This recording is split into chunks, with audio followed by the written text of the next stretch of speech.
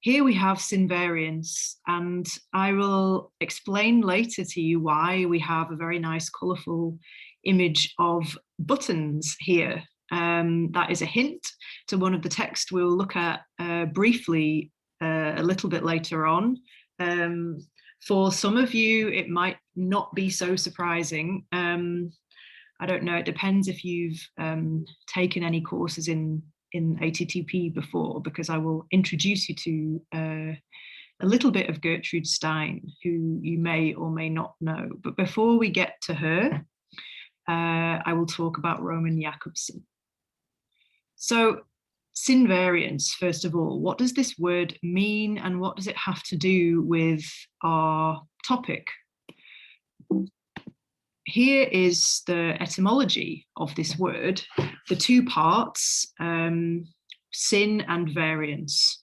Syn, S-Y-N, comes from the Greek and is about being together somehow. Arrange, it comes from this tassign, that's the root of the word, which means to arrange.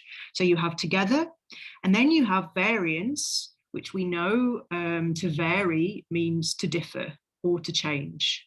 So there's something then in this word about syntax and variance, and then maybe also its opposite, invariance, which would be to not change.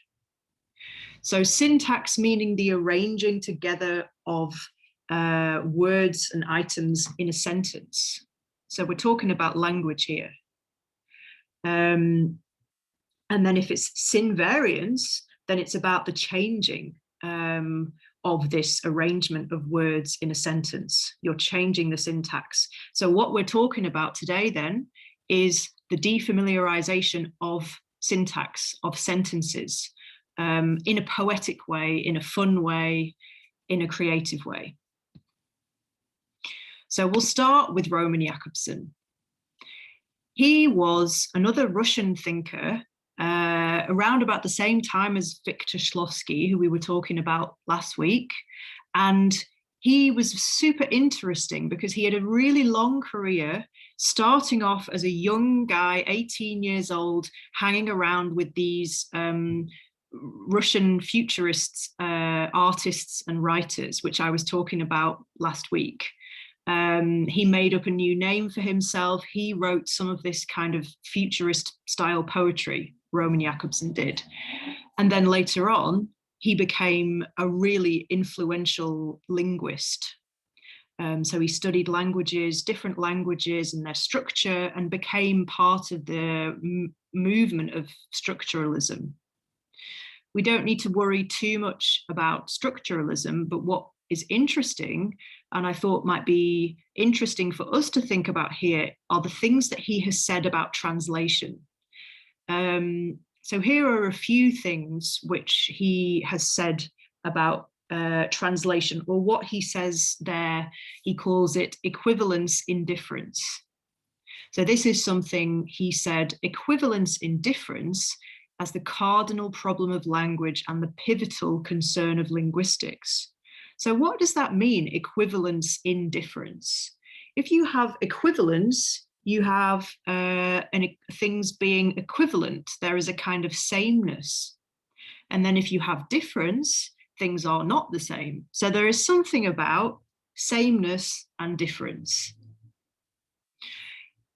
The next part that I put up there for you to see, the pun, or to use a more erudite and perhaps more precise term, paranomasia, reigns over poetic art, and whether its rule is absolute or limited, poetry by definition is untranslatable.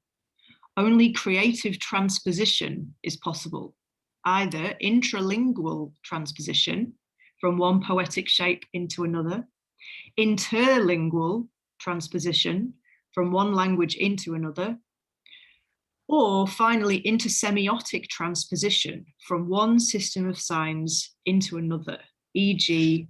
from verbal art, into music, dance, cinema, or painting. So here we have one part where he talks about translation. He's talking about this idea of creative transposition.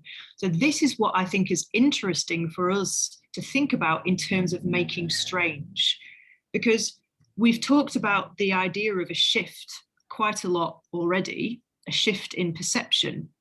But then if we think about this process of translation from one language to another, or from one poetic shape into another, or even from one type of art into another, these are all types of creative transposition, which maybe we could also think about as a kind of making strange. Because really what we're talking about is whether it's possible to have an exact equivalent of an expression or a poetic line in two different languages. And this is always very interesting to talk about with people who have different experiences in different languages. They know different languages, they read or speak in different languages. So I'm looking forward to talking about this with you all, because there is also an important difference in what Jakobson is talking about here is poetry and what it means to translate poetry. Because he says poetry by definition is untranslatable. So that in itself is an interesting thing to think about. These are all things we can talk about later on. The idea of poetry being untranslatable suggests that there is something in poetry which is inherent to that language. And once you translate it into another language, you are writing a different poem. And that's the process of creative transposition. It's actually an act of creation rather than just trying to create the exact equivalent in another language. So this is one, there are many things about Roman Jakobson that he created many theories which were very influential and interesting if you're interested in how language works, how poetry works.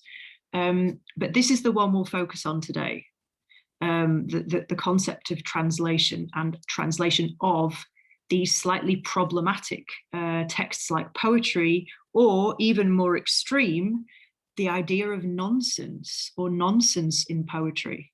So this is a kind of strangeness in poetry, I would say. So I'll give you some examples of that, and we can see what we think about it.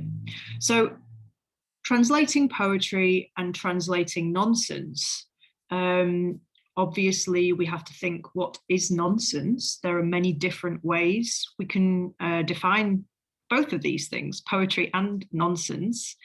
Here I have an example of a limerick, and I'll show you the author of this limerick in a minute. There was an old man with a beard who said, "It is just as I feared. 2 owls and a hen, 4 larks and a wren have all built their nests in my beard." So this is a fun, silly, not very intellectual poem, a limerick, and it's very formulaic in its style. You always have this setup. There was an old man or a young woman, and then something happens and there's a resolution, and it's 5 lines long, and it has this rhyming scheme. So it's very formulaic, even though the meaning inside the poem is almost arbitrary. There's something silly, maybe something absurd or surreal, as there is here. So it's nonsense, but it's nonsense of a very specific type. And this is childlike. This is for children. Adults can also enjoy this, but it's okay for children because it's simple and catchy and it rhymes, so you remember it. And that when it came out in the 19th century, it came with these lovely illustrations. So this is written by Edward Lear. And this is quite a thing, this kind of nonsense poetry in the 19th century. We have Edward Lear and we have Lewis Carroll, much more famous because of Alice in Wonderland, as I'm sure you know. And both of these writers used rhyme and played around with nonsense to create humorous effects.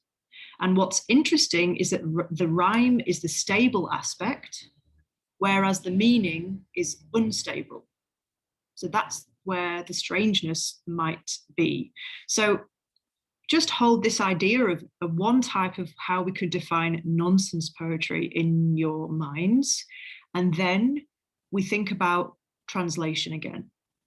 How does one translate this kind of poetry? So this is Lewis Carroll's probably most famous poem. I won't read the whole thing for you. It has been translated into other languages. That's the first thing to say. But he uses words which he has made up. "'Twas brillig and the slithy toves did gyre and gimble in the wabe. All mimsy were the borogroves and the mome raths outgrabe. Beware the Jabberwock, my son, the jaws that bite, the claws that catch. Beware the Jubjub bird, and shun the frumious bandersnatch." So I'll stop there. And these words are not recognizable in the English language. Lewis Carroll made them up. They are his neologisms. That's what we call them, neologisms. So, and yet there is a very regular pattern and rhyme scheme, and there is also repetition. So there is a kind of story that is told that makes absolute sense. And the thing that's interesting about this is that every person reading this creates in their mind, or an image kind of just pops up in their mind about what these words mean and how they feel and what the sense they create. Even the title Jabberwocky, you may have an image in your mind of what a Jabberwocky looks like. And it would be different for every person. So that's what's interesting about this. But the unstable element is what's interesting, because how do we translate this into another language? So one way to break it down in quite a technical way is to look at it, analyze it, the scheme, the rhyme scheme here, and how the structure of each stanza is. So we would say the rhyme scheme is A, B, A, B, because toves rhymes with borogoves and wabe rhymes with outgrabe. So then you can take out the function words like the adjectives, the verbs, and the nouns, and just keep the bits in between. And then you could put in your own nonsense words in English or in any other language.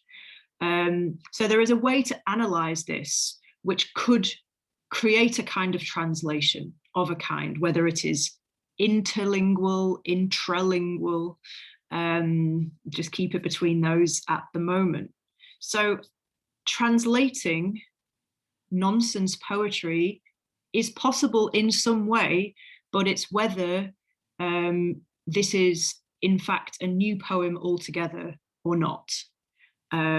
So I'm just giving this as an example of what we can do with poems of this type.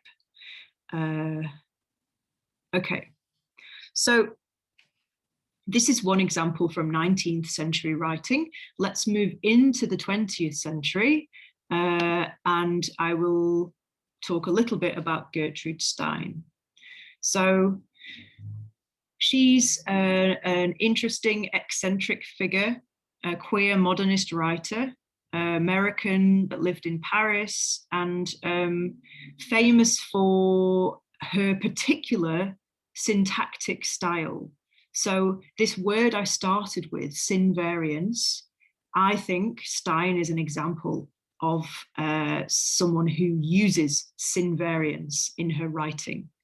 She plays around with the syntax, and she plays around with it in a way which almost renders it as though she's arranging objects in a space. So that's why I've said maybe she is spatializing language. So this is very interesting for us to think about in terms of making language strange, because if you start to treat words, lexical objects, as actual objects and arrange them, move them around, this is a very distinct way of making language strange. And I also pointed out that she's contemporary with cubist painting, because it's interesting to think about what she does with language and what cubist painters do with image. I'll show you some examples so you can think about it. Her two texts, which I'll mention today, which are useful for us, Tender Buttons and an essay, Composition as Explanation, both interesting in terms of this idea of spatializing language, or synvariance, we could say. So this line, I will read for you. The only thing that is different from one time to another is what is seen, and what is seen depends on how everybody is doing everything. So the thing to notice about this, first of all, is the playfulness of what she's doing. The other thing to notice is the way things are repeated. What is seen, and what is seen depends on how everybody is doing everything. So there's a kind of extreme inclusion. Everybody is doing everything. We don't normally hear that expression. It depends on how everybody is doing everything. So often she is pointing to the parts of the language that can be seen as a little bit ridiculous. And it's funny, it's strange, it makes you think. So this sentence has strange syntax. And this is, the syntax is made strange, it is defamiliarized. So this is an example. But it's not just the style or the syntax that is relevant for us here, it's also what she's saying in this text. And I can point you to this text or provide it as a PDF if anyone wants to read this further. Because actually what she's doing here is absolutely talking about the way language, it can be spatialized.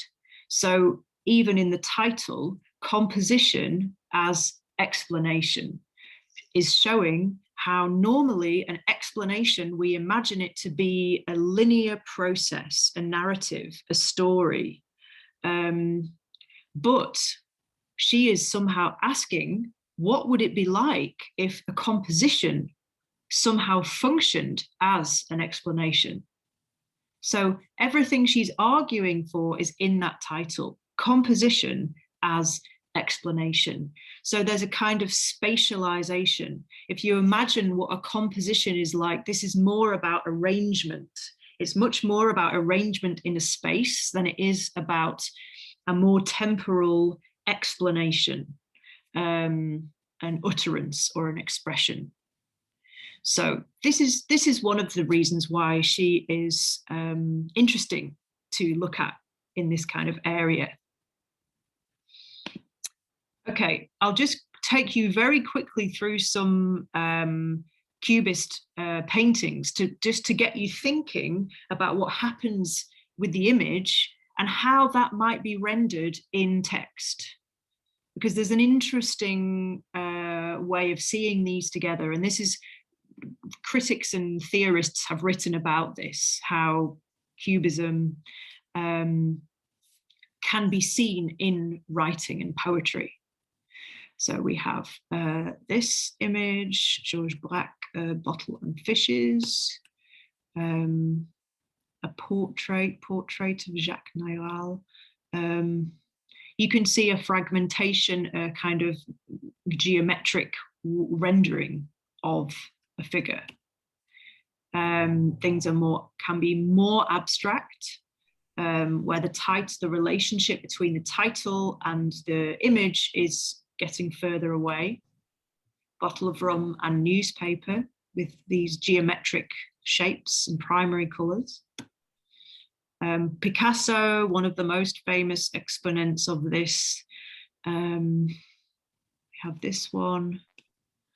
Woman with a coffee pot. This is a bit more figural. We have Picasso's Weeping Woman. Very famous example.